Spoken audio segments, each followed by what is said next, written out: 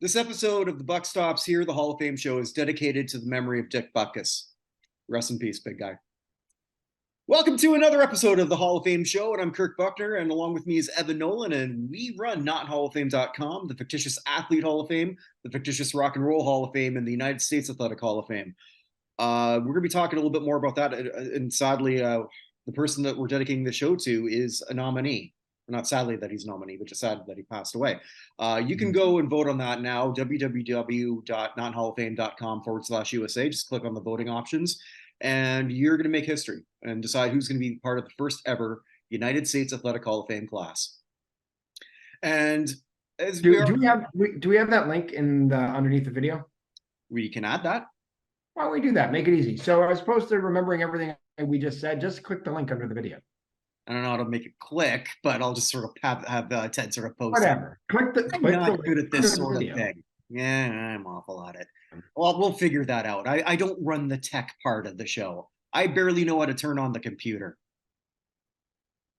I'm 50, 51 actually. God damn it. So there you go. So myself, TikTok superstar Evan Nolan, because we're on TikTok. Yeah, and I'm up over 15,000 views somehow. It's weird. I guess that's good. I don't know.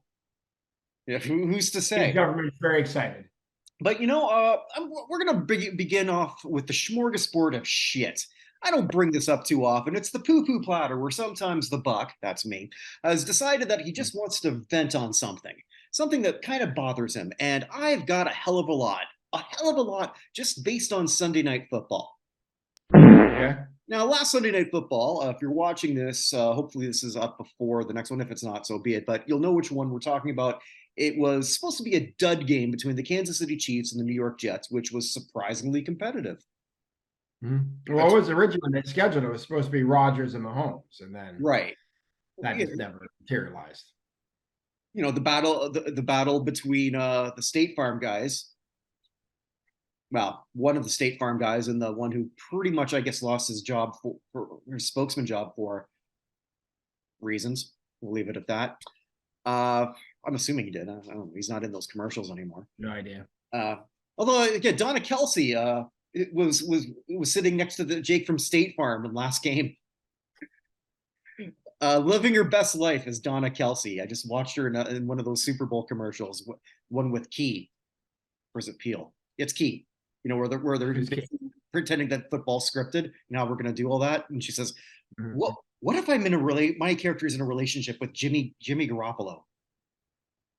I don't know. Donna Kelsey is really growing on me, but she might get her heart broken, and I'll sort of explain why.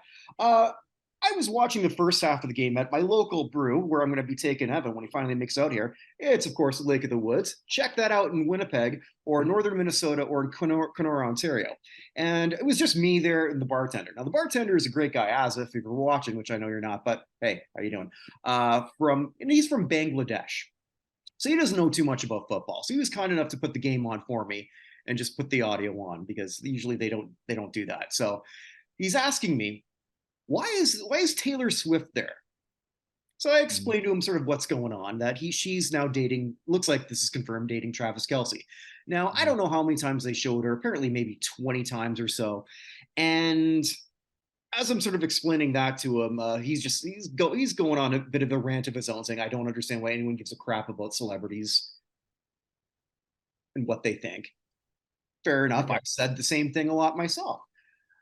But it made me think, I wonder what's going to happen tomorrow. Now, as it sort of became all about her, a lot of sports pundits have been really upset about it, how they sort of made this all about her, because they're not understanding a couple things. One particular podcast, I won't mention which one, it's definitely on the right-wing side of politics and of other stuff, but he talks a lot about business, and I would expect that he would understand this a little bit better than most. So he was talking about how the whole thing it's feminizing the game of the National Football League. Mm-hmm. Okay. Now, days before, it was revealed that Travis Kelce's jersey went up. Did you see? You probably read this article too. Keep going. Oh, you did? Oh, or did you? Okay. No, Well, how much more how much more popular his jersey and his podcast and everything else is? well, I didn't know he had a podcast, but I know that his jersey He's got sales. like he's got like 1 million more subscribers on whatever thing. Okay, I didn't know that. Well, Yeah. his jersey sales went up 400%. Now we're not talking about a player who all of a sudden just had a great game out of nowhere that wasn't selling a whole lot. We're talking about a top 5 or top 10 jersey sales guy already. This guy is doing for tight ends. He said to Rob Gronkowski, "Hold my beer." Yeah, Rob Gronkowski is a significantly better player than what we could talk about. I'm not saying that he's not, but in terms of, but Kelsey never dated, or sorry, Gronk never dated anyone of that level, and he never hosted Saturday Night Live. Okay, continue. So if you're talking about stratosphere of fame, so you're NBC, and if I'm NBC, here's what I'm thinking. She's probably going to be at this game. And Swifties will do whatever, not so much what she says, but whatever they think she's going to do. There's a pretty good chance that there's going to be a lot of new eyeballs on it. And this is not like if Beyonce was there. A lot of people like Beyonce might like the NFL. The Venn diagram isn't as big, or that middle part, right? So you've got a whole brand new set of eyes. And based on what the Nielsen rating showed, it was up in every major female demographic significantly for that particular game. So of course they're going to do that. Do I really care what her reaction was? Personally, I don't give a shit. I'm not a fan of hers. I don't hate her. I don't like her. She's just, it doesn't speak to me as a 51-year-old man. It's probably what it should be. If it did speak to me, there'd be more issues with me. But she's a voice of a generation, whether I understand it or not. Yeah.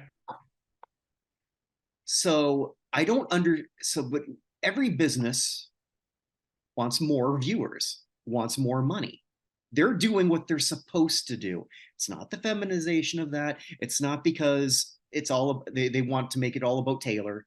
Taylor's there, and it's the only person of that caliber that's going to bring a bunch of new people who've never probably sat down and watched football before. Can we get them?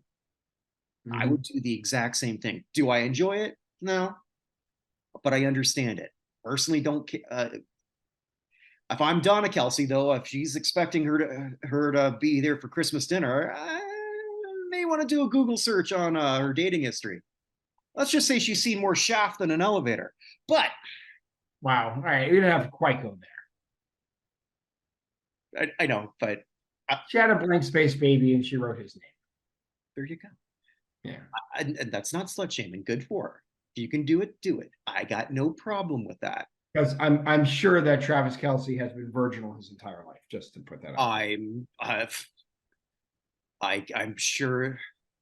Yeah, well, maybe he was. Maybe he was always chaste. Keep going to the rant. Donna seems like the type of person who's gonna teach her children well. Okay, I just like Donna. There's just something about this. Keep going. All right. I'm just trying to stay on the track here, but I'm trying to help you. So, I know. So, I guess my thing is like, here's what I did. Oh, she's on TV again. Ah. You just have fun with it. Something I started doing during the old Brett Favre rule. It's what me and my buddy called it, the Brett Favre rule. I forget what game it was, but he wasn't playing because he was finally hurt. All right, camera's on Brett Favre. Take a drink. Just run with it. The NFL, maybe they're trying to, if there's a case where you can say they're trying to feminize it, this ain't it. This is a big demographic. And if you even get 5% of them that are going to go back into your product, it's the smart thing to do. And again, let's be blunt. This won't last because their relationships never do. Probably not, but they also get a spike in jersey sales when they break up and people start burning them. So I guess that works on that end as well. There you go. And Kelsey's a big winner overall. I'd say he's even a bigger winner for our other project, the United States Athletic Hall of Fame, and just a quick elevator up. When you're that, hey, fame is huge. Probably true. Yeah. Big loser on this, and I got to go back to this guy again. It's Colin Kaepernick. Because Zach Wilson had a game where he didn't stink. And And there are two things I found interesting. One wasn't necessarily that Jamel Hill because what had happened because we waited 2 weeks. So Colin sent a letter that his friend J. Cole mysteriously got permission to let out, where he basically begged to be on the practice squad. They signed Trevor Siemian instead.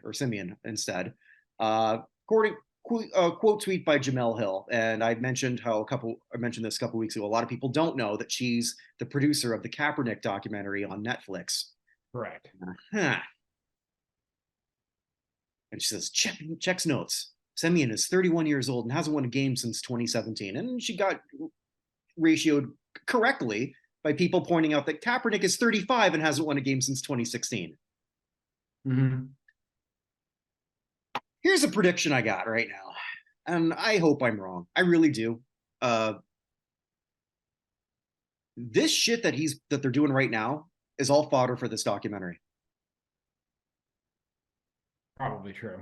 Cap knows that the Jets were never going to sign him, especially Woody Johnson, a right-wing owner who is a big Trump supporter. That does not go hand in hand with signing Colin Kaepernick. And Kaepernick is not a stupid man, despite what a lot of people will say. He's not stupid.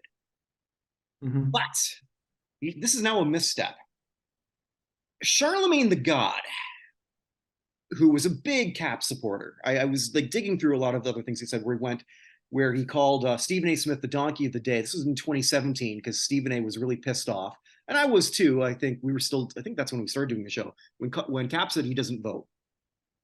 Yeah, that was right at the beginning. Okay. And so they actually had like a face-to-face, and I was finding that. And the thing I like about Charlemagne, his opinions will evolve. Much like my own. Charlemagne I don't think he understands that Cap's playing a game he doesn't want to play. So he's taking this at face value, which he interpreted in his voice and his platform, especially obviously in the African-American community. It's very big, which was basically, why are you begging to play? It's sad. Why are you begging when you know they don't want you? And you called it. And this is like based on the Colin Black and White by Anna DuVernay. I haven't watched it yet, and I might not. There's just so many things ahead of it on my to watch list. But there was that clip going around. You probably saw it, of where he compared the NFL to slavery. He was going specifically to the scouting. Yeah. So, and Charlemagne brought that up. He says, like, why do you want to be a slave again? I don't know if he said it quite like that, but I guess where I'm going with this is now different people are saying this. The people he doesn't want to turn on him. So here's prediction number 2. And again, I hope I'm wrong. But one day they might look into a lot of the charity work he does. There don't seem to be a lot of people benefiting. He does Know Your Rights camps. I don't know either. But he does the Know Your Rights camps, which he shut down, obviously, during COVID. He's brought them back, but he's only had one this year. Just one. You don't do anything. You have your Kaepernick publishing, but you don't actually write any of it. What do you, other than train so that you look like you can still play, what do you do? You don't do interviews. You don't go to protests. What do you do? And sooner or later, that's a prediction. I'm going to like mark that 5 years from now. Let's see. I don't want to be right on this. Although I am the type of guy who likes to say, I told you so. Because I'm a narcissist that way. I'm just tired of it now at this point. And I think a lot of people are too. And unfortunately for him, a lot of those people used to be his supporters. Actually, count me in one of them. I was. You know that. I think early when we started this. Sure. And sort of like my opinion has altered with additional information. And that concludes the poo-poo platter. Fantastic. I think we should get right into. Was that your elevator up and down? Well, Kelsey was. I just threw that in last minute. I do have a very small elevator up. which we'll get to later, but it'll be a pretty quick one, mainly because I don't think anyone's paid a lick of attention to what she did this year. But I have. Fair enough. I think we should go right to the people we lost, Evan, because since we haven't done this in 2 weeks, there's been obviously a lot more, and a giant one the day that we recorded.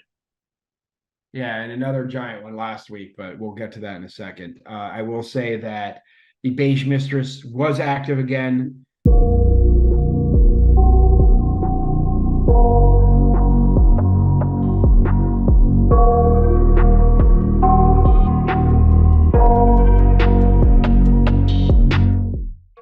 Taking Georgi Kotan, the former Hungarian national soccer team player and the former, bring up Bangladesh for the second time in the meeting, second time in the Zoom, the former national team coach of both Pakistan and Bangladesh in soccer. So he passed away at the age of 76. Okay. Should also probably mention the longest serving female senator in the history of the United States, Dianne Feinstein, passed away at the age of 90 earlier this week. She'd been in declining health for a while, but we need to come up with a system where we're not having laws made up by people who are being propped up in chairs so that they can pay attention. Yeah, it works off on both sides of the aisle, sadly. But it's 100%. I mean, 100%. We have Mitch McConnell freezing mid-sentence multiple times. Yeah. John Fetterman doesn't know how to put on a suit. Yeah, but that I don't care about that. I don't care what he wears. But anyway, so whatever. That's neither here nor there. Yeah, it doesn't matter. But anyway, she was 90 years old. Also passing away from I guess stuff that is kind of interesting. Michael Gambon passed away. Dumbledore, the second Dumbledore. We've now lost both of them. From the Harry Potter films. He passed away at the age of 82. Never seen one. They're fine. Harry Potter is something that should be on a TV show and not a movie. There's too much in each book that you have to cut out in order to make it into a movie. For one of my, did you ever watch Lock, Stock, and Two Smoking Barrels? Yeah, but don't ask me the plot. I can't remember. It's one of my favorite movies of all time. But one of the characters, actors in there, Dean, one of the two robbers who's supposed to take the guns in the beginning. The actor's name is Jake Abraham. He passed away, unfortunately, at the age of 56. So that was sad for me. The most interesting actor, though, who passed away this week for me was David McCallum, the man from Uncle and Ducky on NCIS. But most importantly, in terms of what we're doing, David McCallum did a song in 1967, which is one of the most famous samples of all time. Do you know what? Can you give me the line or the song that sampled it? From 1967? Yeah, it was sampled much later. Sampled in 90. Okay, but so I have to guess the song that was sampled from 1967? Or name the song that sampled David McCallum. I don't know. Can you give me a hint? It's rap. The name of his song was The Edge. Not that I think that's going to help you. Don't push me because I'm close to the. No, good idea though. Here, I'll give you the what the got sampled. Dun dun dun dun dun dun dun dun dun. Oh, Eminem? No, that's Dre, Dr. Dre. That's the next Slim Shady. Oh no. La da da da da. I heard something different. Yeah. Okay, yeah, kids. Here's a challenge.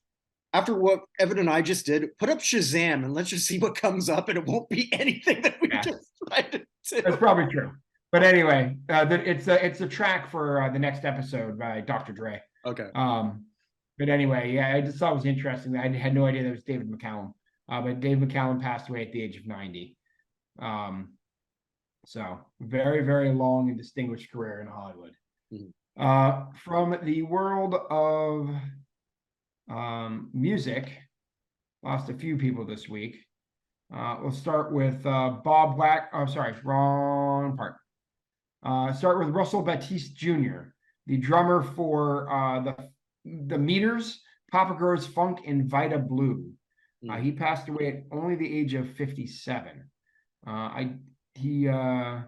So basically he was part of the meters when they didn't have Art Neville in it. I was gonna say, because if he's only 57, part of the meters, he must have been like in a like the later, less successful incarnation. Yeah, I think that's kind of where we are. Yeah. Okay. But he died of a heart attack at the age of 57. Okay. Also passing away, Ron Howden, the drummer from Nectar, Nektar, right? Yeah. Do you remember Nectar, the progressive rock band from England? No. So he passed away at the age of, what age was he? 78. From probably the biggest name who passed away in music this week is Terry Kirkman, the lead singer of The Association. And also the guy who wrote Cherish. Mm-hmm. Remember the song? Yeah, Cherish the word, yeah. And also Everything That Touches You. So they're a member of the vocal group Hall of Fame. Mm-hmm. He actually, one of the more interesting stories is he went to college with Frank Zappa. And when they were trying to make it as students, they performed together in local coffee houses around their campus. I can't even imagine those two in a band together. I can't imagine that either. That was one of my favorite stories. Was looking into it though. But he was 83.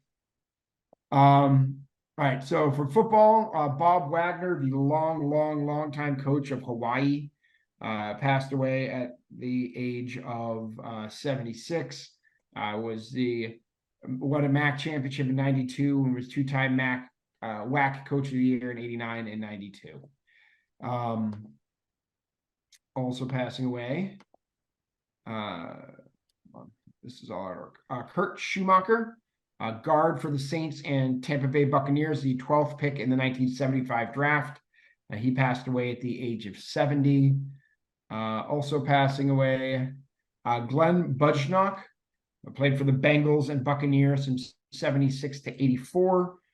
He passed away at the age of 69.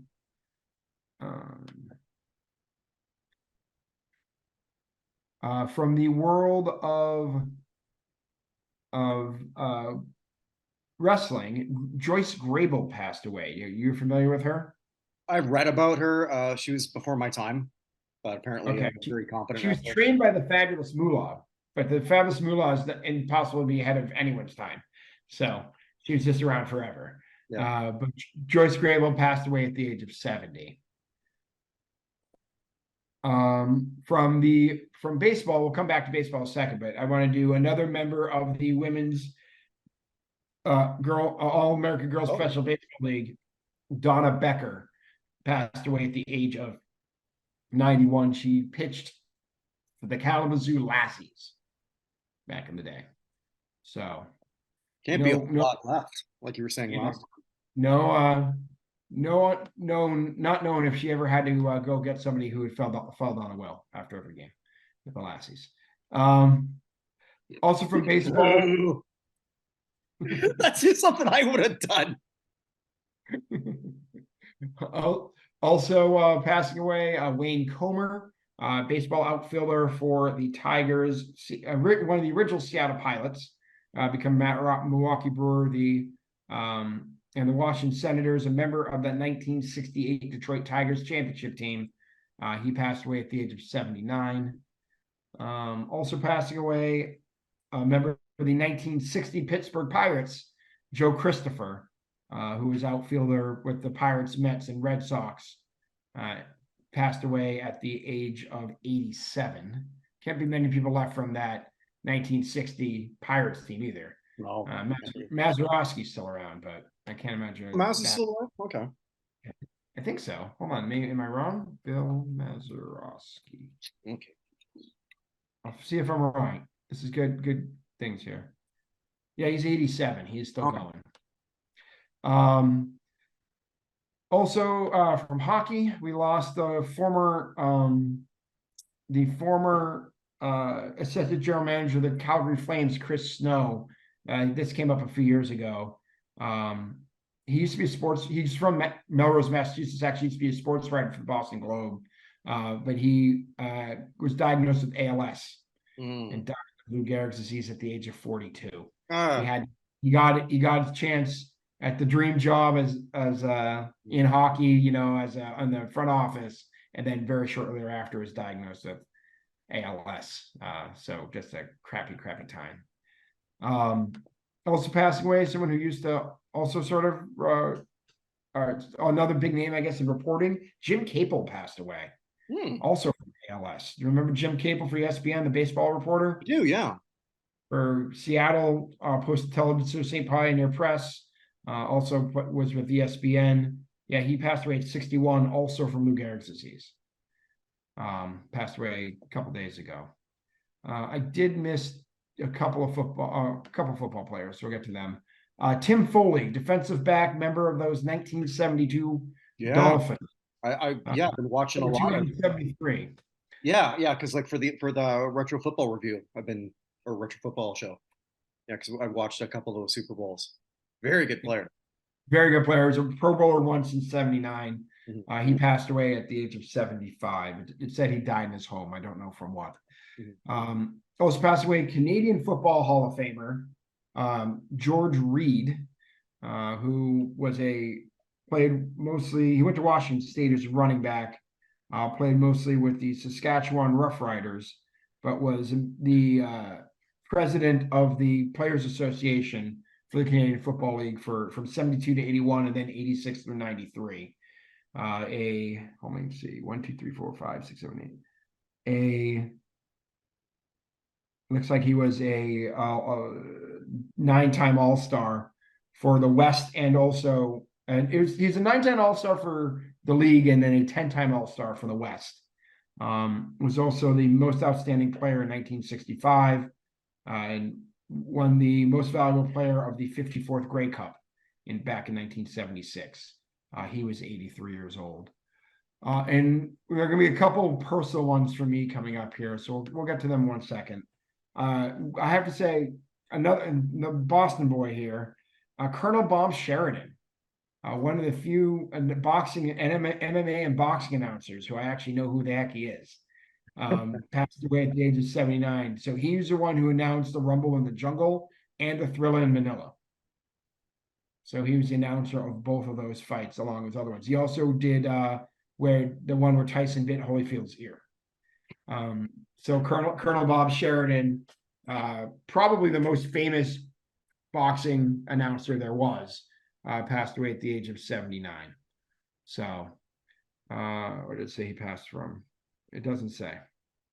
All right, then that leaves with a couple of Boston sports legends before we get to the real one. Russ Francis passed away. Mm-hmm. A criminally looked player for the Hall of Fame, never really been considered. His numbers are right there with Dave Casper and like several other tight ends at the same time who are Hall of Famers, and he's not. He's never really been considered. He actually died in Lake Placid, New York. He was taking off in a plane. The plane immediately had issues, and he was a passenger and crashed just off the end of the runway, and he passed away at the age of 70. And that was right after the only athlete I have ever written a fan letter to passed away, Tim Wakefield. The Wakefield, who was unfortunately would have been my ugly of the week had we done it last week with Kurt Schilling being Kurt Schilling. Yeah, that was going to been my I had a poo-poo platter set up for Kurt Schilling. Yeah. Like, what a piece of shit. You know, if I could, just for those who aren't aware of what happened, long story short, Kurt Schilling on his podcast, obviously he had some inside information. Clearly, I think people with the Red Sox knew for a while. That's what I'm thinking, and they kept it. Those who knew kept it under wraps, and was successful until Kurt Schilling blabbed this on his show 2 days before. And I guess what we didn't know is the severity of it. What we also didn't know, because apparently his wife is now is now his widow. Thank you. Also has cancer. Yeah, they both had cancer. So the last thing obviously she said, I want to keep this private. And it's amazing when you're able to do that when you're any type of high profile figure. Yeah, and Tim Wakefield is a beloved figure in He should Boston. be. Absolutely beloved. He's third on the all-time wins list for the Red Sox. Yeah. Can you name the two players in front of him? So he has 186 career wins. I know these numbers off the top of my head. Okay. The two of them are tied with 192 wins. Well, I imagine Clemens is ahead. Clemens is one, and who's Clemens tied with? Someone who's nominated for our Hall. Oh, Cy Young? Cy Young. Okay. So it's Cy Young and Roger Clemens tied for first. I guess technically second/third place, Tim Wakefield with 186. And the reason I wrote Tim Wakefield the fan letter, I was 25 at the time, to give you an idea. Oh, shit. The 2003 ALCS ended with Wakefield giving up that extra inning home run to Aaron Boone. And then the Yankees went on to lose to future Red Sox stars Mike Lowell and Josh Beckett in the 2003 World Series, right? But you just see image of Wakefield, who had been awesome the whole series and up to that point all season, being the guy who he had a knuckleball that didn't knuckle. And that's what happens sometimes. Mm-hmm. And just watching him dejectedly stand on the mound while that happened was heartbreaking because of all the people it could have happened to, right? It's all still Jimmy Williams' fault. But then the next year, they win the World Series, and I wrote Wakefield a letter just saying, man, I know you're probably getting a ton of this stuff. I just want you to know you've been an absolute workhorse for our organization. You've been a great guy the whole way through. I'm just glad that this World Series is going to erase any real memories of 2003. You deserve not to have this infamy attached to you. That's literally what I said in that letter. Yeah. Never got a response, didn't expect a response. But it was more cathartic for you to say it, right? Yeah. Just a genuinely good human being involved in a lot of charities. They're going to, at least, I don't know if it's permanently or at least temporarily, they renamed Yawkey Way became Jersey Street after they decided to take Yawkey off of there, which was the original name of the street in Boston, which is a really good name for, honestly, a street next to a stadium. But they're at least temporarily going to name it Tim Wakefield Way for at least a season. They already have a banner that they're going to be putting up and all sorts of stuff. But he's only 57 years old, a major part of my Red Sox life, and all good guy. And it just sucks. So, if I can, before we go on to the next one, there are just two things on the two people you just mentioned. When I was going to do that thing on I guess last week's poo poo platter, which didn't happen, it was going to sort of segue in that Schilling is also an elevator down. I personally can forgive a lot. You don't like the media, fine. You've got right wing leanings. Okay, whatever. Now you're sort of screwing up with a family wish, and even if you didn't know that, you should have known better. Yeah, like that. It's like announcing my sister's engaged on Facebook. You know what I mean? Before someone has a chance to do that. I mean, only on a much, much worse level. And I think that would bother me a little bit just on a personal level, because when my father passed, I told people here, but I know that some extended family who I didn't want to know. Mm-hmm. So a lot of times we'll put on Facebook, I lost. I deliberately didn't say that because I didn't want certain relatives to know. Mm-hmm. Unfortunately, someone sort of screwed up and let that out, but but they didn't know that he was sick, and that was the whole point, because we didn't want them to sort of show up or do anything annoying. So obviously it's at a much, I want to say, smaller level, not to sort of denigrate my father, but it's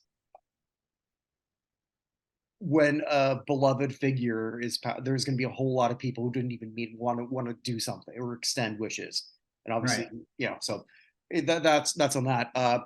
I was like, you gave me some random trivia. I'm going to give you some here too. Russ Francis appeared at WrestleMania 2 in a battle royal that was won by Andre the Giant. I didn't know this at the time. It's funny, like I can remember wrestling from the 80s perfectly. So, and now coming down the aisleway from representing the San Francisco 49ers, he's wrestling under the shadow of Sir Edmund Francis. I didn't know what the hell that meant till like only a few years later. Like, holy shit, his dad was an icon in Hawaii. Yeah, that was one of the things. He was Jesse Sapolu had a huge thing for Russ Francis. I had no idea Russ Francis was of Polynesian descent. Like, I didn't no. either. Yeah. So yeah, because like his father was a legend in Hawaii wrestling, Mm. which also would explain why he finished fourth in that battle royal, eliminated by the Hart Foundation. Yeah, well, that's legit. It took two people to get him out of that ring, and it was and then it took Andre Giant 2 seconds to pick each of the Hart Foundation up and just toss them one-handed out. Oh, I gotta send you this. Well, Andre then, yeah, it didn't take him long, but then Andre takes out Jim the Anvil, does that big boot, and then Anvil just he does the big boot in the middle of the ring. Anvil just goes and then staggers and throws himself over the top. It's like, oh. But there were 5 other football players in this. Okay. Yeah, so they were doing the cross promotion. 2 of them, or one got inducted into the WWE Hall of Fame. That was the only time he ever appeared in anything. But another one, but that person's teammate is in the Pro Football Hall of Fame. Who's that man? So it's a Hall of Fame. So a Hall of Famer, Pro Football Hall of Fame. Pro Football Hall of Famer was on Russ Francis's team or another guy? He was on the same team as the guy who went into the WWE Hall of Fame. And I'm going to give you a hint on this. It's going to help. I'm going to say Lawrence Taylor. No, no, but I'm going to give you a hint because WrestleMania 2 was in 3 different cities. This portion was in Chicago. That's where these 2 players were. So they were teammates for Chicago. Was it Refrigerator Perry? He's the WWE Hall of Famer. So Walter Payton? No. Richard Dent? No. I mean, Butkus was already retired before. Dick Butkus was a special referee there, along with Ed Too Tall Jones. Excellent. So who else was a Hall of Famer on that team? Michael Singletary? No. Running out of guys. Dewerson wasn't. Jimbo Covert? There you go. There we go. Took me a second. I'm running out of guys from the 85 Bears. Jimbo was the first man eliminated. Oh, okay. Also, so good for him. Yeah, well, also in the Battle Royal, Harvey Martin of the Cowboys. Okay. Ernie Holmes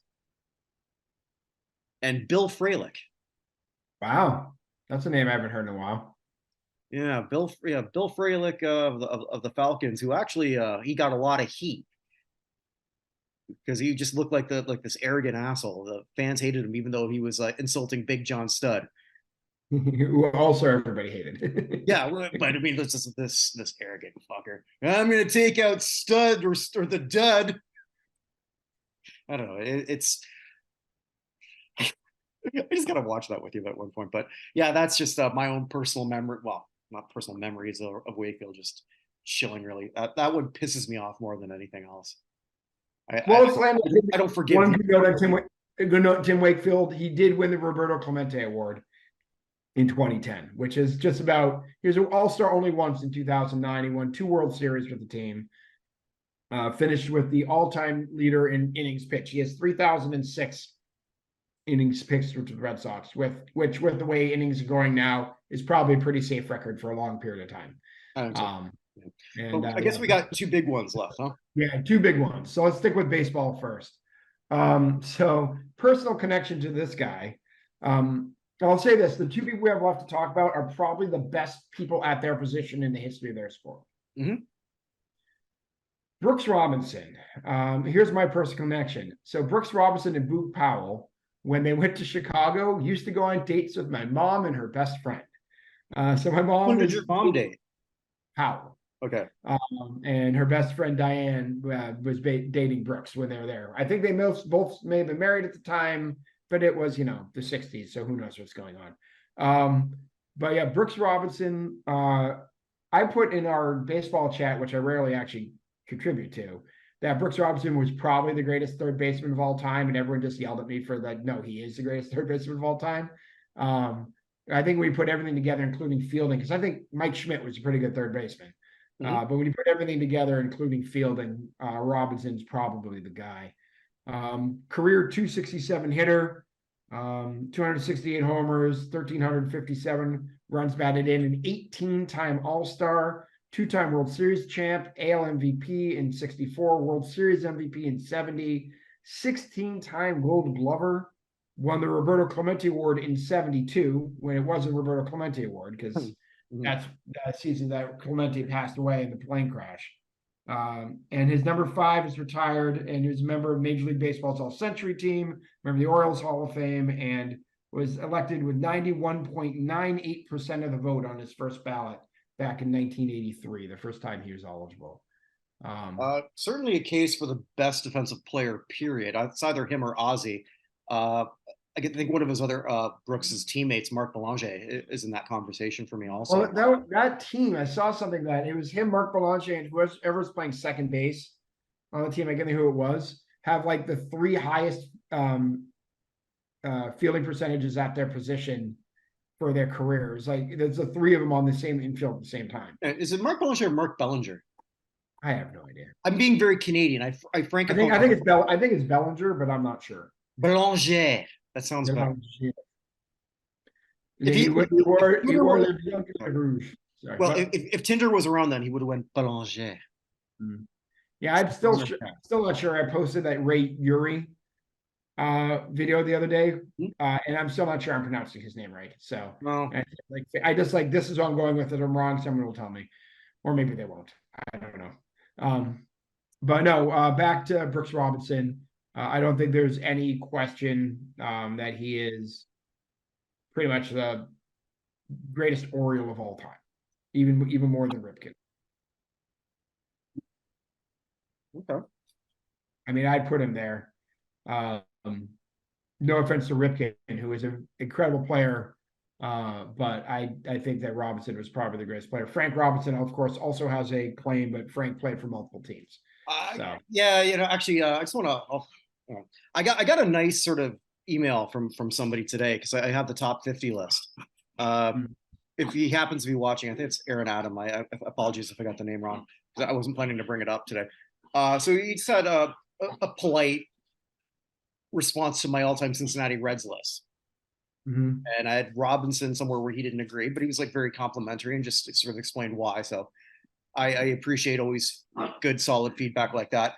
But it made me look back because I was just looking at Frank's career stats overall. Frank had that monster year when Baltimore won the World Series, but his overall run in Cincinnati was far greater. Oh yeah, like 3-time OPS chance. So I'll respond to him. Just going to say why I came to that conclusion. But feedback, guys, I'm more likely to respond if it's like your list is a joke because anything that starts off with "I'm a joke." But whatever. So, but guys, please interact with us. You're allowed to disagree. Absolutely. Don't be a dick. I'll still respond usually when someone, except to the one person who wanted me dead. That one I didn't respond back to that one. Fair enough. Yeah.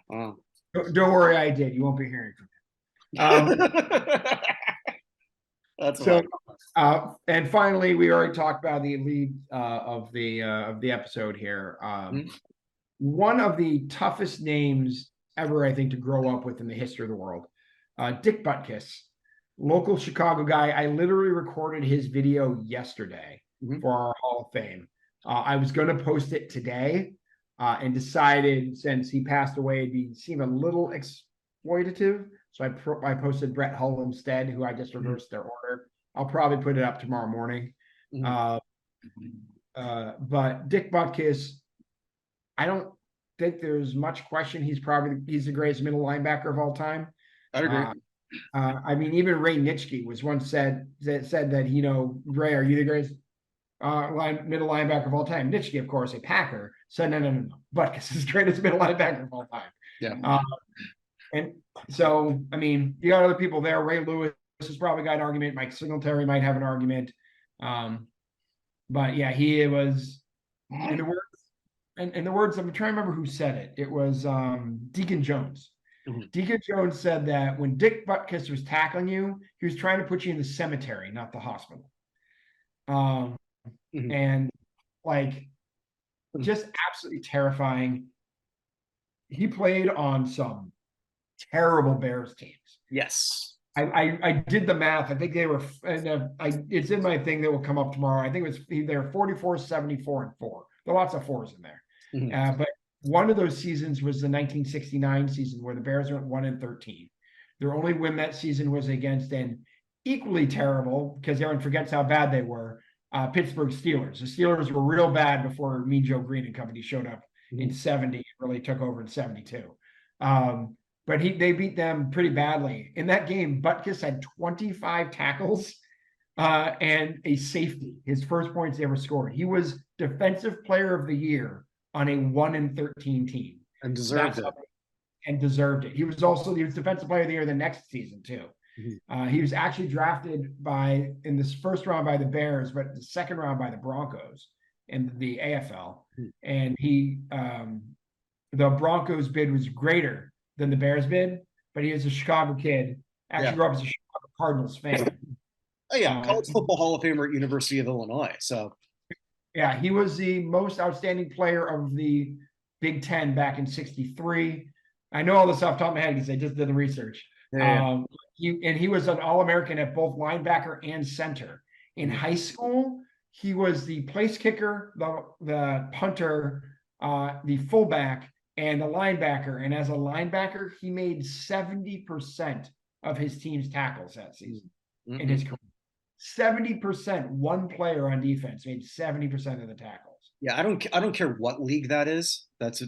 impressive. I mean, if you're playing your peers, like if you're an 8-year-old and playing other 8-year-olds, you make 70% of the tackles, that's still ridiculous. Mhm. But yeah, Butkus was as the announcement came today. I was actually driving home and I had 670 to score on, and they had like I usually don't like when I like listening to sports radio, but just not when there are callers. Um, but someone did send in a text that said, "Dick Butkus just died, and he could still kick all of our asses." And that's just about the best thing I think you can say about Butkus. He was just an absolute legend. Oh, and my wife wanted me to bring up how important he was in Hang Time. Dick Butkus. No, was it Hang Time? What was he in? I screwed He's this in up. so many things. Yeah, I screwed this up. He's gonna be mad at me. Hold on, I'll get it. You say something about Butkus. I'll Okay, figure it well, out. actually, I'll say what my wife said because I, so I meet her at work, and then so as we're coming back, so she says, "What's your show gonna be about?" So, it's a pretty big person in our sphere passed away, Dick Butkus, and she starts laughing. You're making that name up. I Yeah. said, And by the way, I was right. It was Hang Time. "What was Hang Time?" Hang Yeah, Time. Hang Time was the TV show he was on. It I was thought that was about basketball. uh yes, it was about a basketball player. Okay. Uh, Dick Butkus was I don't know what he was. Anyway, Reggie Dyson that? Reggie Theus was there. Yes. Okay, I didn't Yeah. francophone that. Sorry, I don't know He may have taken over for Reggie Theus. So anyway, it was by the showrunner of Saved by the Bell. Yeah. Okay. Part of the Saturday morning programming block for teenagers on NBC from September of '95 through December of 2000. Mhm. Anyway, continue. I apologize. No apologies needed. Like for me, it's sort of like growing up or sort of like being somewhat conscious of pop culture first, like maybe 79, 80, right? So for me, he was this fun guy with always hanging out with Bubba Smith, Mhm. right? And you don't know who they are, but you just know that they were ex football players. And I remember like a few years later realizing, what? Dick Butkus was way better than Bubba Smith? That can't be. Bubba's way bigger. Look how big he is. He's Hightower. He had to pull the whole front seat out of the car in Police Academy. He did. And yes, he had the best reaction to a racial slur when he put over that car. But yeah, no. So like, yeah, and it's so funny when, or not funny, but it's fascinating to me when you got these athletes who just have this on-off switch. Mm-hmm. And especially with hockey players, you see that a lot. Just like where they become like absolute monsters on the ice. And then off of it, you can't get a word out of them. And then Buckus just seems like I know that you're I've heard that you're the toughest man in the world, but like, come on, you're a teddy bear. I know. Right. But and again, after he was done, he was in The Longest Yard, of course, the original one. But then he was in Superdome.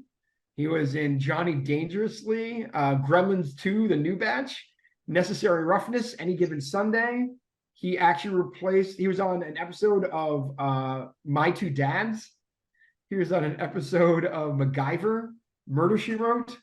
And then, of course, was replaced Jimmy the Greek after Jimmy the Greek got fired on the pregame show, NFL Today, and was originally named the head coach of the Chicago Enforcers, the XFL franchise.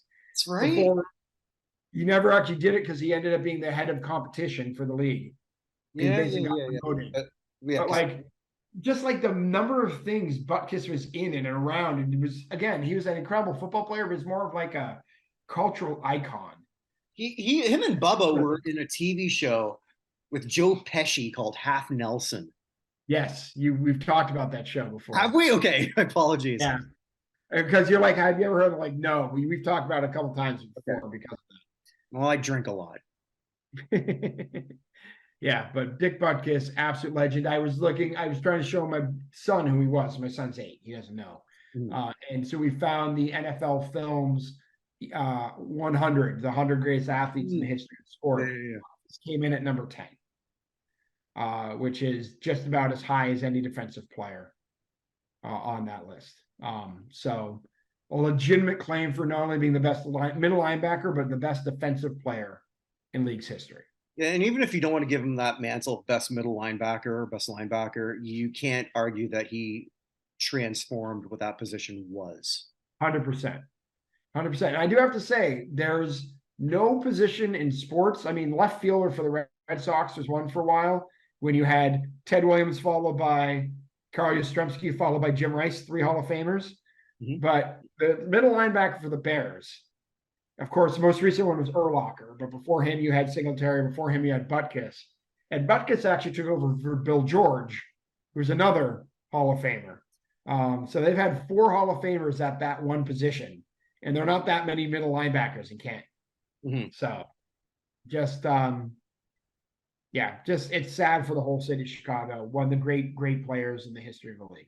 So that's what I got. Yeah, no, it's a great tribute. All right, so this is a section where I do elevator up, elevator down, where who in the last week, or in this case 2 weeks, have made a Hall of Fame case for themselves. Elevator up, elevator down. Back here. So over the last 2 weeks, I mean, I was going to do, had we recorded last week, but I guess we kind of did already with Schilling. But there's like one elevator up here that I've got. The WNBA awards have come out, and this is actually, I'm going to give someone who didn't actually win one. I'm probably one of the only people who are paying attention to this, even though I'll admit I don't have time to watch it. I mean, it goes back to what I said. This is the worst time. Their schedule is so bad. Like, I don't know how. And it's really sad because the finals are going to be between Las Vegas and New York, the 2 power teams with the 2 biggest names, Brianna Stewart for New York and Asia Wilson for Las Vegas. Brianna Stewart won the MVP. She didn't have the most first place votes. That went to Alyssa Thomas of Connecticut. And Alyssa's 31, could be 32, but I think she had the season of her life. She set the record, or league record, which, I mean, it's not that impressive with the overall number, for the most triple doubles of anyone in the WNBA history. Was the runner-up and had more first place votes. Connecticut pretty much lived and died by her skills this year. She did not have a career, like she was looking to have a very good career. It still might be that way, but now for the first time, she's a first team all WNBA selection. So her elevator up for the Basketball Hall of Fame and the Women's Basketball Hall of Fame, for that matter, took a giant leap forward based on what she accomplished this year. I put out the Not in Hall of Fame WNBA Cup, where pretty much every game I just award points 5, 4, 3, 2, 1 for the top players. Asia Wilson won that, even though she was third in MVP. Well, but whatever. Thomas was second. So this again, the year of her life, seemingly out of nowhere. I don't want to say out of nowhere because she was always good. She was never this good. So props to Alyssa Thomas that nobody else seemed to notice. Mm-hmm. Well, no, I shouldn't say that. She got 23 first place votes. So obviously people did. Fair enough. I should be a voter for this. You watch a bunch more than I bet a lot of people who vote. So I don't know. That's a good question. But yeah, so it's short and to the point for my elevator up, elevator down. Cool. So now we close as always with the good, the bad, and the ugly, or is it bad, ugly, good? I don't know. How do you want to do it? Do bad, ugly, good.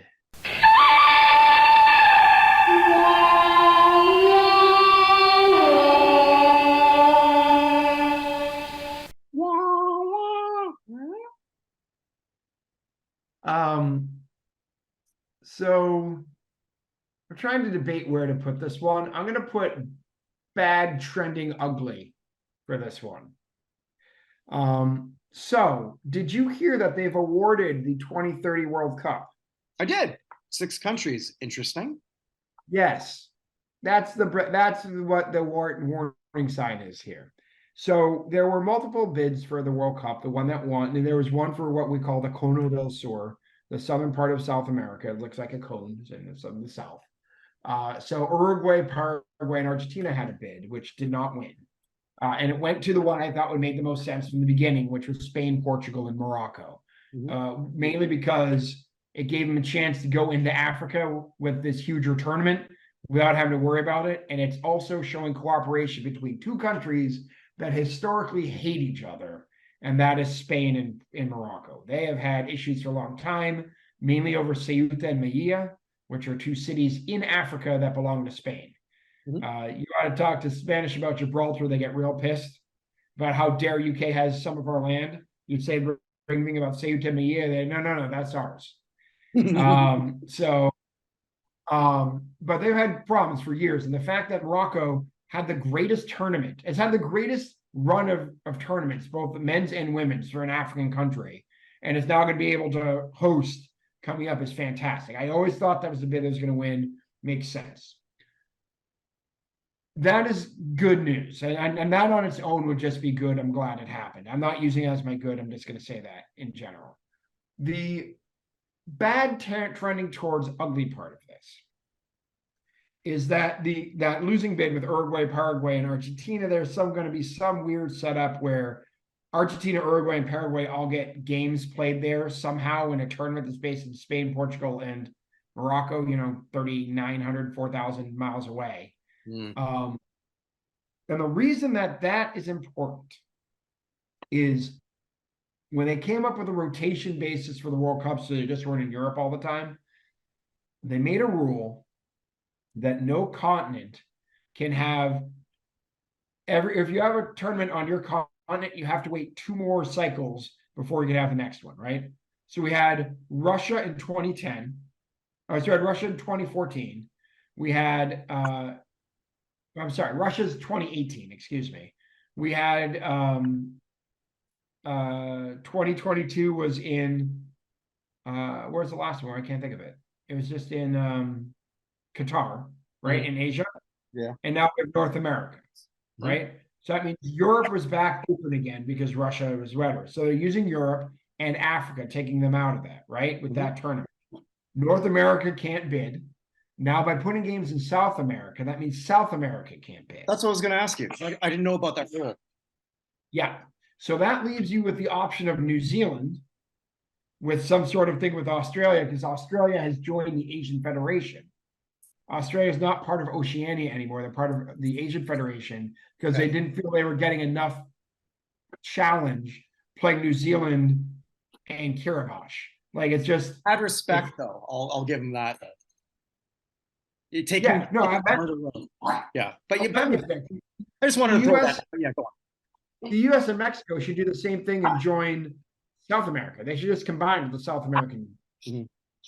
They're much better off playing them than playing Honduras and El Salvador over and over and over again. But anyway, so what that means is unless they're going to some combination of Australia and New Zealand, which is a possibility, they're going to be back in Asia for that next tournament in 2034. Guess who's going to be mounting a bid for 2034? Give me one guess. Well, if I'm going to take one guess, I'm going to guess Saudi Arabia. Saudi Arabia. My guess is a whole bunch. My guess is a whole bunch of money went into the pockets of some people in assuaging the I see where you're going here with this. Of Argentina, Uruguay, and Paraguay. I think a whole bunch of money just changed hands as part of this, so that Saudi Arabia didn't have to have competition from that same bid, because that same bid would have come up again for 2034. That same South American bid would have come up again for 2034. So essentially, they eliminated all competition. So unless Japan or China or someone else is going to mount something, it's going to be Saudi Arabia in 2034. The only thing I can think of, if they want to sort of like go this route, thoughts on a combined Japan-South Korea thing? I mean, they could do. I mean, they've done it before though in 2002. The 2002 World Cup was Japan and South Korea combined. It was like the first ever combined World Cup. They really want to get interesting. They should do an India-based one, but China's never had it either. India sucks. I know it does. But it's also going to be the most populous country in the world. I'm just saying it'd be an interesting one. Yeah, well, yeah, I suppose. But I mean, either way, China or Saudi Arabia, you're not going with the world's greatest track record. No, we're not. Right.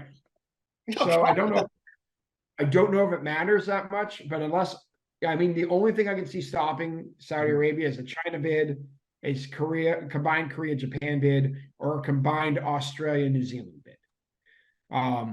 So did the Australia-New Zealand combined bid or tournament in the WNBA, Women's World Soccer draw well? I watched a lot of it, but I mean, I didn't really pay attention to the economics. I think it did, but I'm not. I mean, when I watch the games, the stadium seemed full, but I wasn't watching. Well, no, I mean, like I saw some that were like near empty with countries that aren't going to draw New Zealand and who are not draws to begin with. I saw a Tampa Bay Rays playoff game that was empty. So. Oh God! Well, yeah, I did too. I think I've said this before. I'll say it again. If I would have told you 25 years ago, it's going to be bigger than baseball in Tampa Bay, hockey. Oh, it's not even close. You would have had me committed. Yeah, it is. It is not even close. I was talking to someone too about that. They basically said like, mostly it's just because of where the stadium is. Yeah, the stadium from downtown Tampa, someone posted that it takes an hour and 27 minutes to drive from downtown Tampa to the stadium. And they got sort of permission to sort of like, okay, we're going to get a different stadium that makes more sense in the same place. I know. I mean, it's the same thing with the Coyotes. The Coyotes arena is on the complete wrong side of Phoenix. It takes like almost 2 hours for a lot of people. I told you about that, right? When I interviewed the one guy, well, I can't say who because this was off the record. Or was this on the record? I can't recall.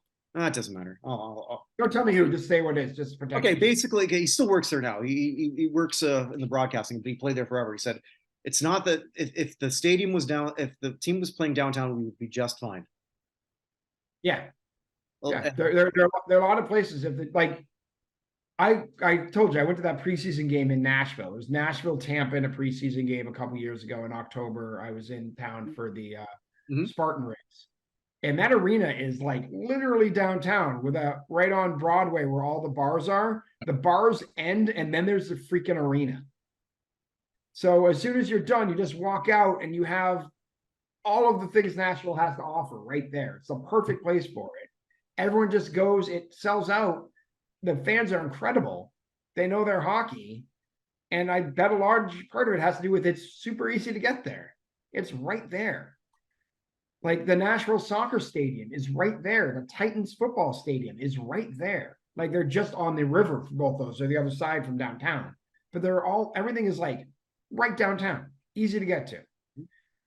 But not Tampa and not Arizona. So, and not the Patriots either. The Patriots has got to be the biggest pain in the ass stadium to get to in the NFL by far. So,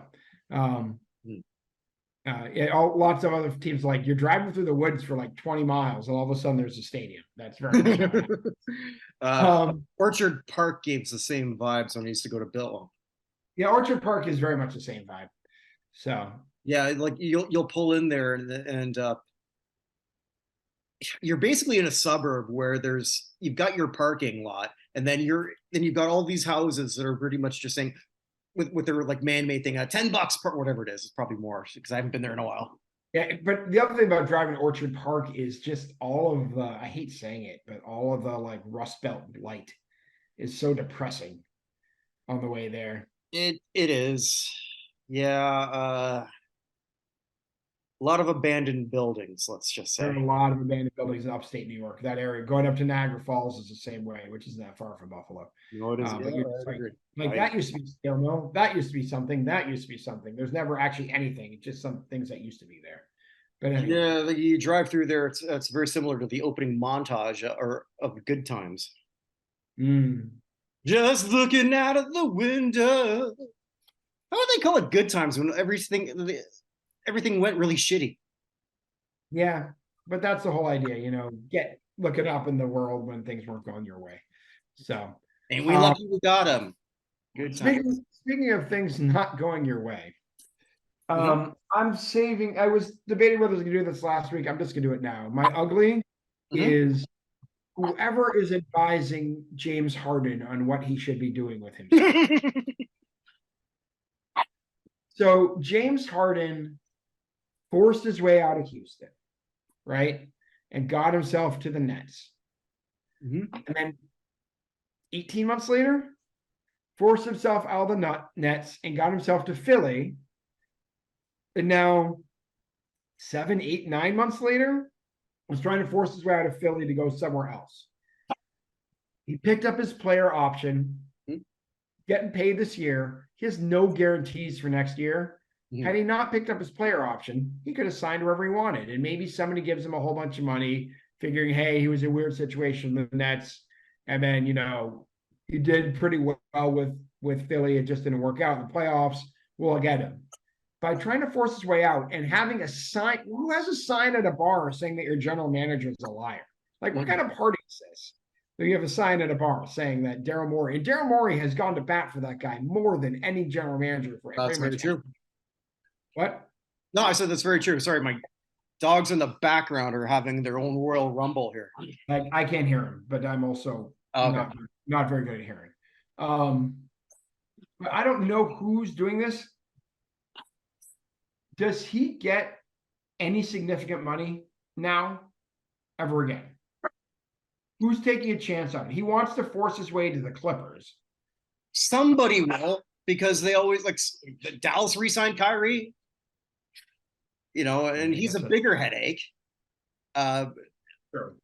I don't know. It's at some point. I mean, we've seen this in everyone's own social lives. If everyone around you is an asshole, maybe you're the asshole. But sorry, my 32 rules of life. Rule 13. If all your exes are crazy, they only got one thing in common. There you go. Yeah, I like that. So. And here's the thing too. I mean, Harden, no matter what he does, this goofball, I've said this before, I think he might be the dumbest athlete alive. I don't think he's particularly bright. There's nothing about him. Does Ryan Lochte still count as an athlete, or is he retired? Ryan Lochte is dumber than James Harden. That's true. I just want to point that when you say dumb athlete, Ryan Lochte is the first one that comes to mind. Oh yeah, well, Ryan Lochte is all four heads of the Mount Rushmore. Just their foreheads and the foreheads. So. Yeah, exactly. James Harden will sometimes give a run for money. If I was him, I would take that option too, because you're not who you were. You're still valuable. You're still damn good. And you can still help somebody win. but you're always a malcontent.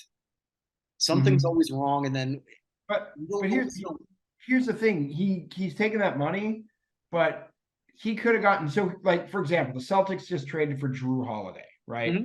And Drew Holiday was saying he was thinking about retiring, but now he's not going to retire. He can't sign an extension with the Celtics until March, but they're apparently already working on it. I expect Holiday is going to take a pay cut overall. Like, he's making $33 million this year. My guess he's going to make 20 to 25 in the new deal. They'll extend him out for like 5 years. Does that make sense? Yeah. They'll give him $100 million over 5, as opposed to they could next year. I think it's player options for 35. So rather than be guaranteed 35 for 1 year and see what happens, they will give him 100 to 125 million over 5, and he'll stick around and sign that deal. That's the same thing Harden could have done, but no one's going to give him anywhere close. And this whole thing is probably costing him somewhere between 40 and 80 million dollars. Man, I remember that when the Thunder lost the NBA title, I forget who they lost to, but there was that parting image where you've got Durant, Westbrook, and Harden, and they're sort of like embraced, like looking at each other. It's like, okay, they're going to be back. Now, if you were to sort of like say that, all right, all three, like, well, 2 of them would be complete malcontents for the rest of their career. And Durant's prickly, and he's the one who's not a malcontent. No, I would say Durant is a malcontent, is one of the malcontent. You're counting Westbrook as a non-malcontent? Out of the 3, yes. I think Durant's the least malcontent of the 3, but continue. Durant always has problems wherever he goes too. Durant also made a fake Twitter account to defend himself. That is true. That is true. Westbrook, I mean, like, all 3 of them are obviously flawed individuals, flawed players. All 3 of them are going to be first ballot Hall of Famers. I know some people would say Westbrook maybe shouldn't be. Westbrook won an MVP. Westbrook won an MVP. He had the whole triple-double year. Every person who's ever won MVPs made the Hall of Fame. Of course, Derrick Rose is going to be the first person to challenge that whenever he's officially done. Which could be soon. Which could be soon, but Westbrook is a much better player for the entirety of his career than Derrick Rose was. So their combined titles is 2. Both with Durant, and he pretty much had to go on a super team to do it, which I don't begrudge. I don't begrudge anyone for doing what you. Although Barkley, again, big thing on that. Barkley cannot say anything about going to a super team. I'm sorry.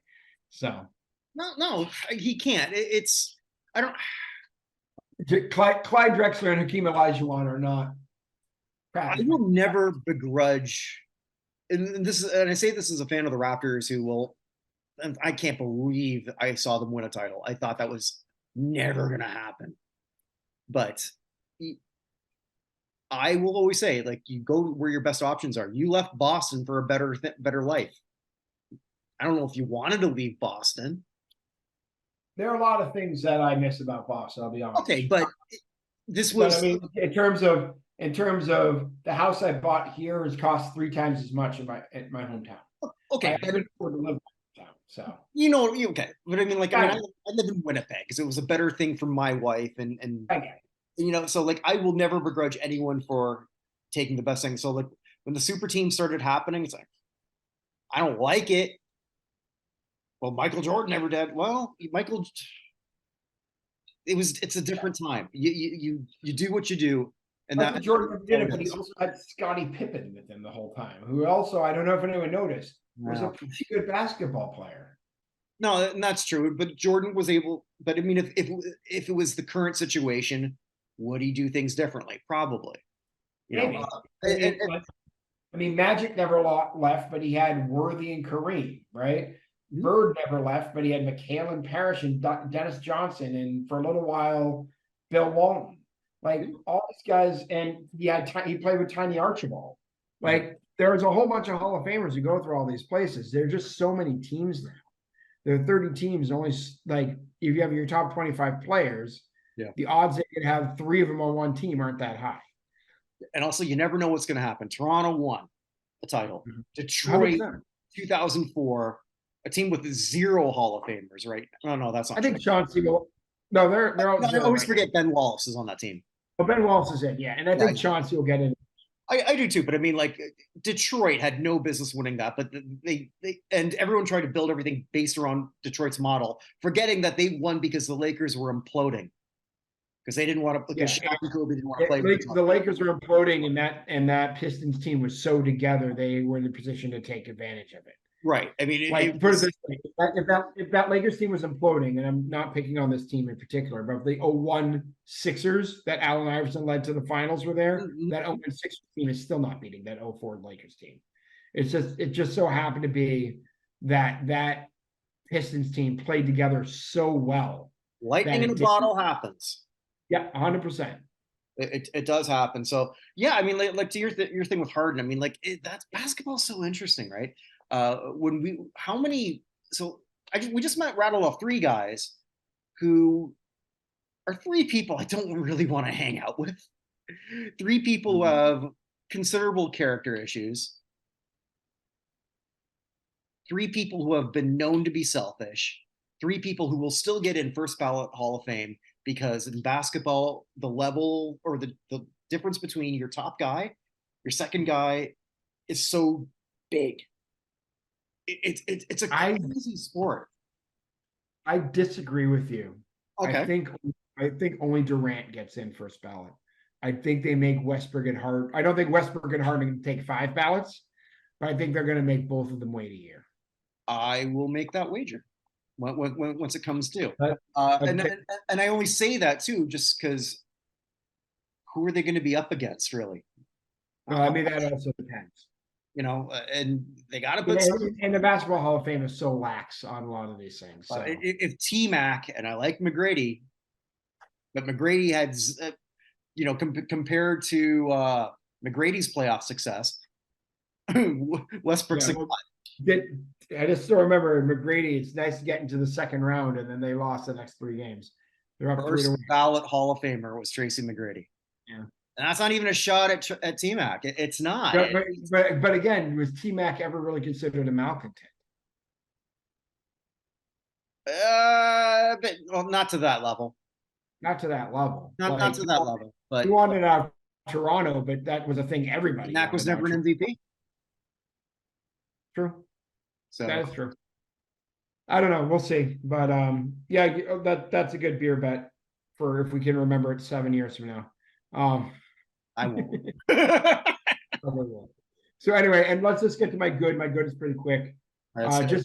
Just congratulations to the Minnesota Twins for breaking one of the worst streaks in sports. Good. 18 consecutive playoff losses. They beat. I'm not happy about this. Why not? I'm a Jays fan. Okay. But yeah, fine. They've lost 8. Had they only won 1 and the Jays won, I would still be congratulating them on the worst streaks in sports. I mean, baseball didn't do very well in this. They had 4 series, all of which the one team won the first 2 games and they were over. That's got to be the first in this new format, right? It is. Okay. It is.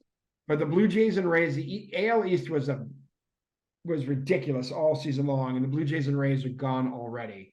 Just bother me. Just one more thing. Astros, shut the fuck up. The Rangers celebrated that they made the playoffs. They haven't made the playoffs a long time, and then they led for 160 games or 158 games this season, and the Astros caught on the last day and won the division. And then they're like, we only celebrate championships around here. Shut up. You guys cheat like anything. And I will say that the Red Sox also cheated like anything in 2018. I'm a Boston sports fan. They cheated like anything in 2018. Like crazy. But I don't think they're the only ones who have cheated. But the Astros 100% cheated. I like prickly of it. Don't act like you're better than everybody else.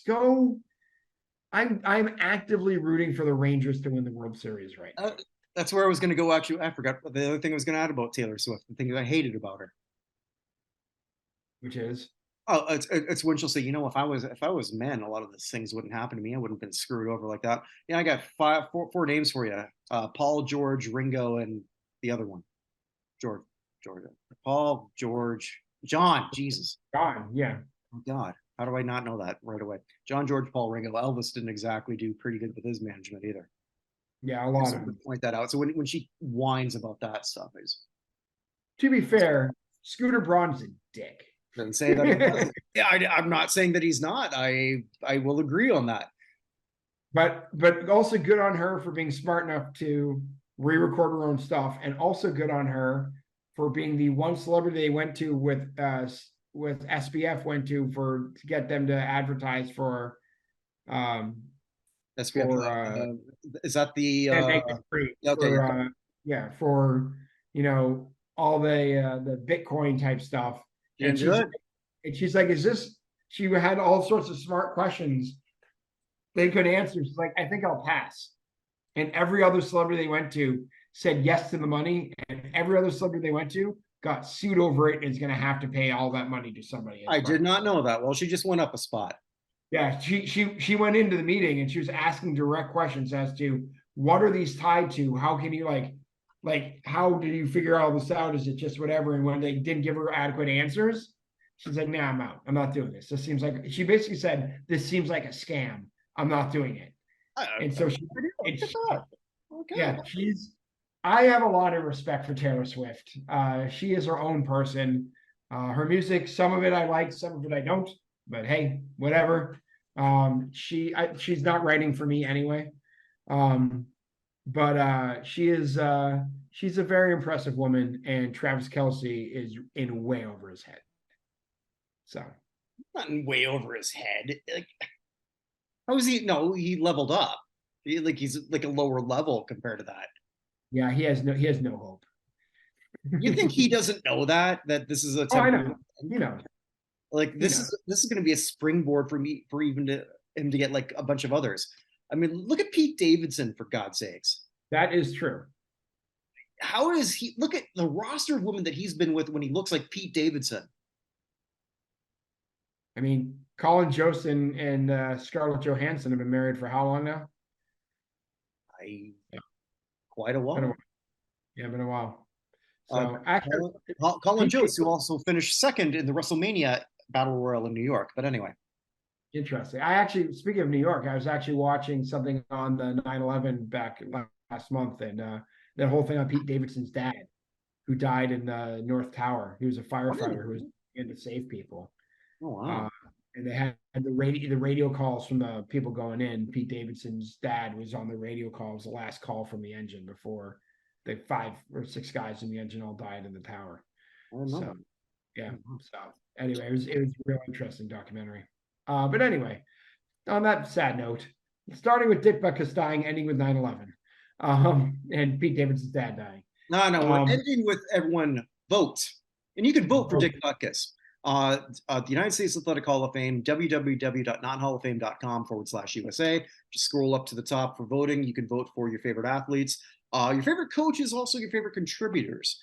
I'm doing videos on all the athletes. I ain't got time for the coaches. I totally get that. We'll see what we can come up with for next year when we're done with this. Yeah. Voting goes from now until November 1st. We're cutting off the balloting on November 1st. The announcement may take a couple days to tabulate. We'll tell you about that as we go forward. But November 1st, which is a Wednesday, we'll cut off. Within the next week, the results out. And we were talking to our press agent. We have a press agent. That's kind of cool. No, it's weird. It's very strange. She likes us. Even weirder. Very kind lady. Didn't make fun of my when I put on my reading glasses, so I appreciated that. Also said I was funnier than you. I appreciated that even more. Like I said, I'm not going for the points here. You're wearing the glasses, Charles Nelson Riley reading glasses for stuff. So, and we've just lost everybody under the age of 37. 47. I'm 44 and I know who Charles Nelson Riley was. So like, why? Were you watching Match Game as an infant? I love Match Game. Match Game's the best. Okay, this is the part of the program that's funny only to Evan and I. Yes, exactly. But hey, it's our podcast. We do what the hell we want. So There you go. So take a look at that. Give it a vote. We're probably gonna do a live stream with a live announcement of who wins, who's gonna go through. Maybe we'll get some special guests on that. Probably not the actual people who win because we don't like to leak things, and most of them are dead. Yeah, but someone said, do we give awards? The answer is we don't have the budget for that yet. At some point, I would like to. But also, let's just say Jack Johnson, who was, a boxer around 1900, wins and gets elected. I'm not sure who I'm giving an award to. Maybe we can figure that out on some level at some point. But I'd like to. I also think we should have jackets made. I have ideas for that at some point. How everyone else has a yellow jacket or a green jacket if they win the Masters, yellow jacket for Football Hall of Fame. I have an idea for a jacket for us. I know how that's going to work, but red, white, and blue. I have ideas. I've been sketching. Okay. All right. Well, that's going to be coming up pretty soon, so look for that. We'll make more announcements as we get closer. I have athlete 93 just got posted tonight. Like I said, Brett Hull. We have 130, so I got 37 more to go. I've got 15 more to record now. And they're really good too. I encourage you all to take a look at that, whether it's on YouTube or TikTok. What's our TikTok handle? I should know this, but I don't. USAH. I think it's USAHOF, right? I think so. You can tell that let's figure it out for next week. She's our press agent. She's watching this far. It's probably like, oh, guys. We're not good at this. This is literally a very grassroots decision here. What we're doing. Yeah, you're lucky we don't call it Talk Tick. We don't call it Talk Tick yet. Yes, there you go. But there's so much other things happening in the Buchnerverse. There's the show that I do with Vinny Lospinuso, who's a big part of our United States Athletic Hall of Fame. The Wonder Kid, who just knows so much about all sorts of Pauls and has recently been named to part of the Western Pennsylvania Sports Hall of Fame. And we're really proud of him for that. He actually helped to get Leroy Edwards, looks like, into the Indiana Sports Hall of Fame. Fantastic. So he's been doing a big job there. So he makes a regular Halls of Fame case for us. The one we just recorded, that'll go up soon, is on Vern Llewellyn. So look for that. I've learned a lot about over the last few with our other project there. Right. Talk about other projects. Yeah. The other project we have, and if you want to be a part of that, let us know. We are examining what if the Pro Football Hall of Fame began in 1946, aka 25 years after the league began. And I know you're saying, well, that's 1945. Yeah, but the award would be in January of that particular thing. So 46. So we've done 4 full classes, 46, 47, 48, 49. If you want to be a part of that, let us know. And it'll be really interesting, I think, for us once we get to 1963. Because that's when the problem for a lot of us right now is that there are a lot of names we've sort of heard, but we don't know that well, right? Like I was shocked. One of my easiest votes for the class of 49, and he barely got in, was Dan Fortman. That's a name I've heard before and seen on stuff, but never really examined. Like that dude was a Hall of Famer all the way through, but it up against everyone else. The last class we had, Bronco Nagurski got in easily, and then there was a whole bunch of people were debating between. They squeaked in. Yeah, he squeaked in, and Dan Fortman should not have been squeaking in. But there are a lot of candidates who are very, very similar at this point.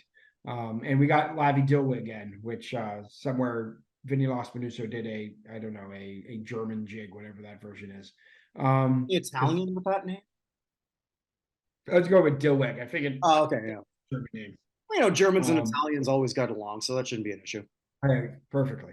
Yeah. They did in Argentina after World War II. I get that. Thank you. Okay.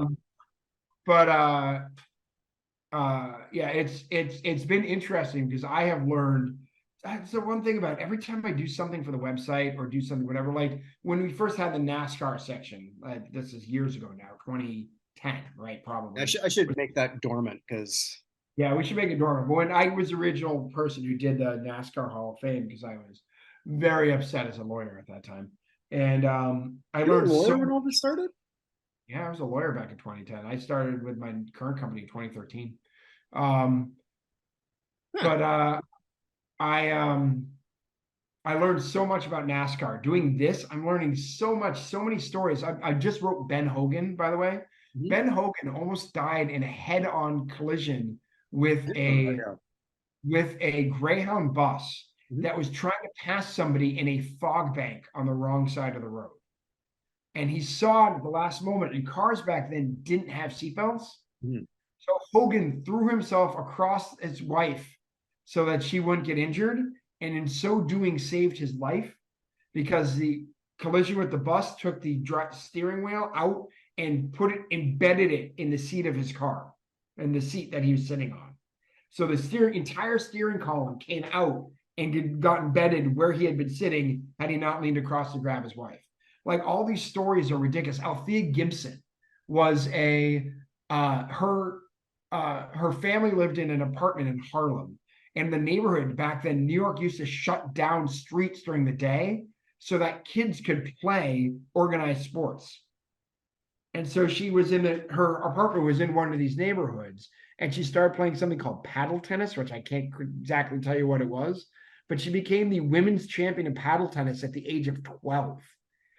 And then moved out of her house and moved into a Catholic center for abused children for a while, Hmm. while the neighborhood took up a collection so she could play tennis at the Cosmopolitan Tennis Club. Like, all of these stories are just like crazy that I just didn't know. Ray Urey, who I brought up earlier, the one person whose name I didn't know, Ray Urey competed in 8 events at the Olympics in his career. 3 times in the standing long jump, 3 times the standing high jump, twice in the standing triple jump, right? Do you know, of those 8 times he entered, how many gold medals did he win? I don't know. 8. He went 8 for 8 in the Olympics in those events. The highest winning percentage of anyone in the history of the Olympics. Like, other people have more gold medals, but no one else has gone a perfect 8 for 8 in their career. And his record stood for, like, his record for most gold medals in one event stood until 2008 when Michael Phelps broke it. Just the stories from all these people that I've learned from doing this are absolutely crazy. And the same thing happens with that Football Hall of Fame. Mhm. Like, a lot of these people, didn't know who Joe Guile was. He's a running back who's in the Hall of Fame. No idea who he was. One of those names I've seen on my spreadsheets, never really thought much about him.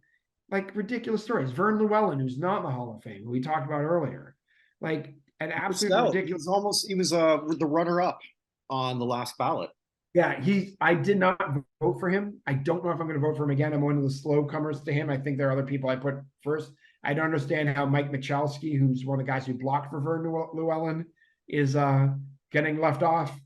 He's much lower on the level, but I voted him as one of my final 5 the last 2 years. I'm going to vote for one of my final 5 again. But like, I never heard of Mike Michalski before this all happened. Like, 8-time first team All-Pro. How? Why? Like, who is this guy? One of the things I love about in this, and why you and I get along, and why we have our own little community that we've created or found on Twitter in particular, is because we are a very specific type of nerd. Mhm. Like, a very specific type of nerd. And I'm nerdy in other ways. I spend a lot of time watching other people play Dungeons and Dragons. You're supposed to do that other show for us, right? Your Inner Geek show. Yeah, like the other show was the Own Your Geek. Own Your Geek. Oh, okay. I was just going to go to people who are really good at something and figure it out. And I know some people who are very big into whatever it is, because people geek out about different things. Mhm. I've never really read many comic books. People geek out about comic books. People geek out about movies. I have one of my good friends, my former boss, Diane DiNapoli, calls herself the Penguin Lady. She geeks out about penguins. Like, they're the Batman character, since we're going full geek here. There you go. It seems like she should be, but like, when there was a major oil spill off of Namibia back in 2004, the Treasure oil spill, she led the international charge to clean all the seabirds. Oh, wow. That got messed up in the Treasure oil spill. Like, they're just people who geek out about different stuff, and I want to know that's the whole idea. Was I want to know why. Why do you geek out? As if the Bangladeshi bartender geeks out about anime. So there you go. I found a guest for you.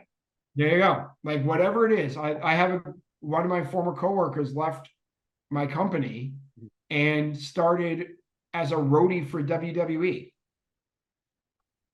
Like he basically goes and sets up the rings and pulls them back down, and he has his own WWE podcast that he does here from Chicago. He's Ecuadorian. Like he geeks out about WWE. He always has. Like it's cool. Everyone, we're in the era of where it's cool to like things, right? Yeah, because when I was a kid, it wasn't always cool to like things, but now that there's the internet, you can find your community of other people like as well. There may be people who are like, "What are you doing? It's stupid. That's just dumb. Stop it." But it doesn't matter because there are other people who will agree with you. Like, "Hey, this is cool. Let's do it." And that's other people who we have found through this, and I'm very, very thankful for. Yeah, we found some people who weren't just looking at for porn. I mean, they do look at us for eye candy, but not necessarily. I suppressed any naked pictures of myself. So,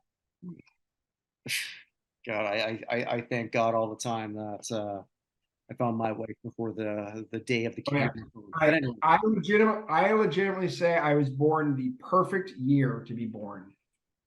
1979, fall of 78 into the first half of 79 was the best time to be born. And here's why. Okay. Because we didn't have internet as kids, so we had to come up with our own imagination and games. It was awesome. We had the early Nintendo systems and everything. Those games were fantastic. I graduated in spring of 97. Columbine happened that fall. So I graduated high school before Columbine changed everything. I graduated college in May of 2001 prior to A, camera phones, which have destroyed my life, and B, 9/11. So all the crap we did, like we had a party called Fubar, which was 37 kegs end to end, tap the ones outside, work your way in the middle. We would have been expelled in the era of camera phones. Right, so camera phones did not destroy your life. It could have. They did not. They said they would have destroyed me. Oh, would have. I heard did. Sorry. Oh, no. My life was not destroyed. They would have. That's what I was saying. That's what I'm thinking. Like, huh? No, they would have destroyed my life. We had a lot more fun than kids do now. We just did. Because there wasn't as much to do. We had to come up with our own crap, and there was no video evidence of it. This is also why I have very little sympathy for anyone who grows up in the camera phone era and doesn't understand. Oh, I know. It's forever. But anywho, I'll plug a couple other things before. I've gone a soliloquy for long enough, so please. Oh, good. Oh, good. There's also the show I do with Andrea Tessman and Brad Nelson, where we look at called "How the hell was this a hit?" And we did Sticks recently. Too much time on my hands. What was the last one we did? Andrea picked one. I kind of wish she didn't. We did Surfing Bird by the Trashmen. Bird is a word. Wasn't really much to that one, but we did our best with that. So we've got that. There's always and there's about like 8 shows that are in the can from the Classic Sports Review and the Retro Football Show. They'll go up eventually. I'll get to them. I'm just so busy. I get it. And if you ever want to do standing outside a broken phone booth with money in my hand, I'm in for that episode. All right. Well, I'll bring on because I tried to get you for Sticks, but you said no. Oh, the bar. You don't want me for Sticks. I did. No. In case anyone has made it this far doesn't know, people ask what type of music I listen to. I say anything you can sing to as long as it's not Sticks. So, which is they are the second worst band of all time. Train is the worst band of all time. Well, but these days I don't have too much time on my hands. No. I'll just end it now. Please do. Wherever you are, wherever it may be, make it a great day because it's not going to come again. Adios. Take care, guys.